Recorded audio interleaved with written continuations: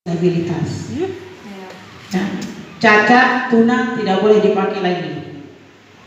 Ya, karena tuna itu nama ikan. Kalau kita berbicara yang disebut cacat tuna itu artinya kita menganggap teman-teman disabilitas kita itu teman-teman yang tidak mampu. Padahal dia punya kapasitas juga, dia perlu diberdaya. Sehingga nanti ketika teman-teman menemukan teman-teman kita yang disabilitas dengan misalnya dia pakai kursi roda atau mungkin dia kakinya pakai ini, itu jangan sekali-kali langsung mau mengangkat atau seolah-olah ingin membantu, karena bisa jadi dia akan tersinggung. Iya, besok Bapak Ibu akan menemukan. Belum bertemu dengan kelompok disabilitas Lombok Timur, kita punya tuna yang disabilitas tuli itu juga ada, pertuni namanya PPDI ya, dan ada juga namanya LIDI. Nah itu teman-teman disabilitas kita banyak ragamnya, ada yang disabilitas yang lumpuh. Nah ini biasanya yang terganggu adalah sensorik. Yang tidak mendengar itu biasanya dia akan bahasanya adalah bahasa bicara. Paku, paker. Apa bahasa sini paku? Iya. Arak paku. Ya. Ada di sini. Ada. Tapi Desa ada nggak? Ada sih kayaknya. Belum. Kenapa saya dorong desa untuk ini, biar ibu bapak punya data pilar. Karena seringkali ketika teman-teman meminta data, meminta bantuan ke dinas sosial untuk kelompok disabilitas, yang diberikan adalah kebutuhan kacamata, kebutuhan tongkat, kebutuhan untuk kursi roda. Padahal tidak semuanya memiliki jenis ragam disabilitas yang sama. kursi roda. Kursi roda. Bagaimana dengan teman-teman kita yang disabilitas bicara? Paku. Ya. Tunggu. Kemudian kita juga punya yang namanya disabilitas intelektual. Intelektual ini ada yang misalnya IQ-nya rendah, kita biasa menyebutnya Down syndrome, atau biasa kalau teman-teman kita yang apa namanya, kalau mukanya kan sudah biasa jelas tuh, matanya blok gitu kan, sininya agak jangkung modelnya. Tapi ada juga yang enggak tinggi. Ada juga yang tidak tinggi, iya. Tapi ini ada di sini. Tapi itu maksudnya disabilitas bicara Mbak. Iya, Nah itu kan dia membutuhkannya adalah juru bicara. Alat dengar, alat bantu dengar. Iya, maksudnya kalau ketika misalnya korbannya ya disabilitas bicara, maka yang dibutuhkan adalah JBI, juru bicara isyarat. Tapi yang dilemanya yang kami sering tangani, kita menyediakan juru bicara karena sekarang UPTD PPA sudah kerjasama dengan SLB. Dilemanya teman-teman disabilitas bicara yang ada di sekitar kita itu tidak pernah disekolahkan. Akhirnya bahasa isyarat yang disampaikan tidak nyambung sama dia.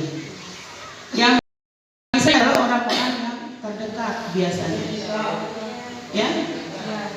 Jadi yang ketika kami bahasanya, karena seringkali mereka disabilitas ini menjadi korban.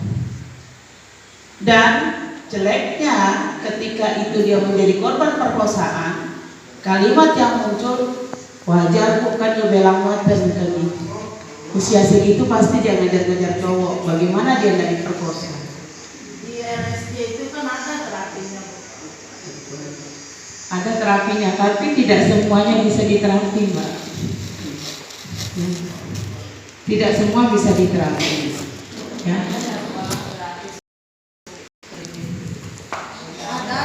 Ada.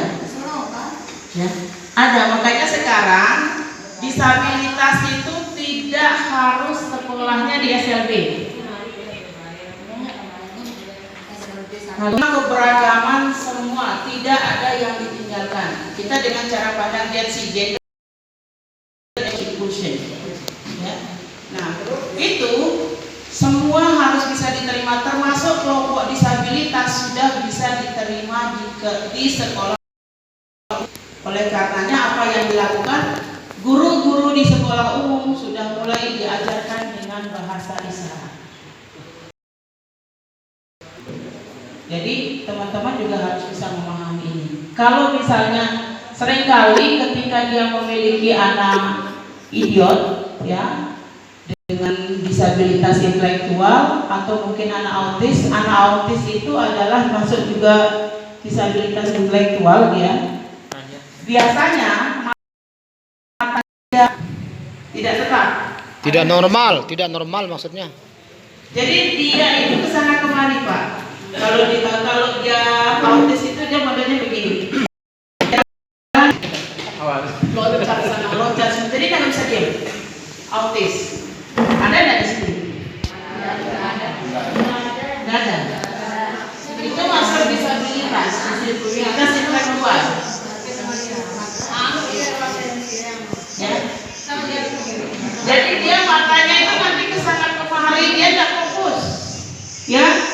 Lewat di depan Anda nanti ditempelin, ada ditentang, sini depan ini. Autis. Nah ini dia. Kalau secara intelektual, autis itu biasanya dia jenius otaknya. Anak 5 tahun pun dia sudah bisa baca koran. Ya. Tapi lalu dia tidak bisa fokus. Jadi kalau duduk di sini ada aja yang diganggu, dilempar, ditendang, sana dia loncat ke sini. Ya. Kalau didiemin nanti lari ke sana, dia tidak merasa capek.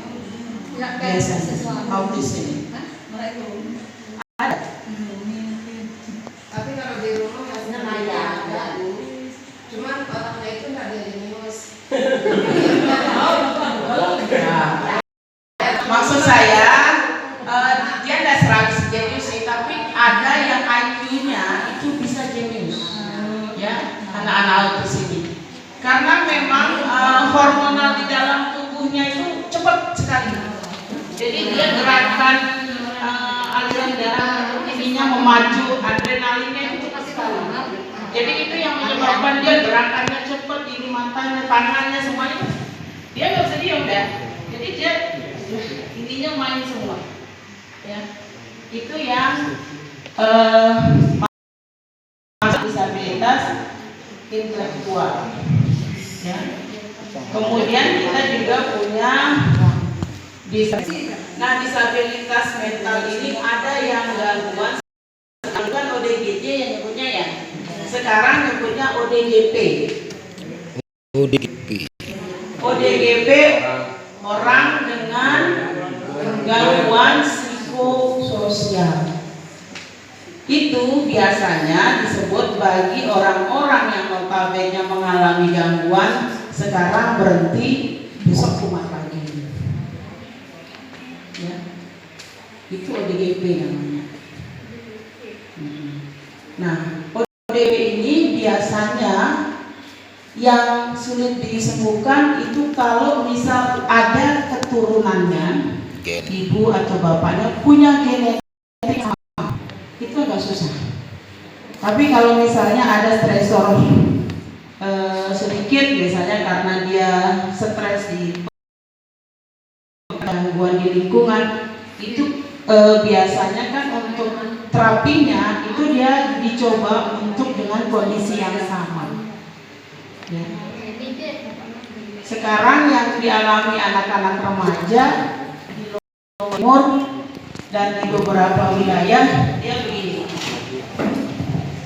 Ini kan HP adalah hal yang biasa dipegang dan hanya nggak sih. Nah, teman-teman adik-adik di RSJ itu jangan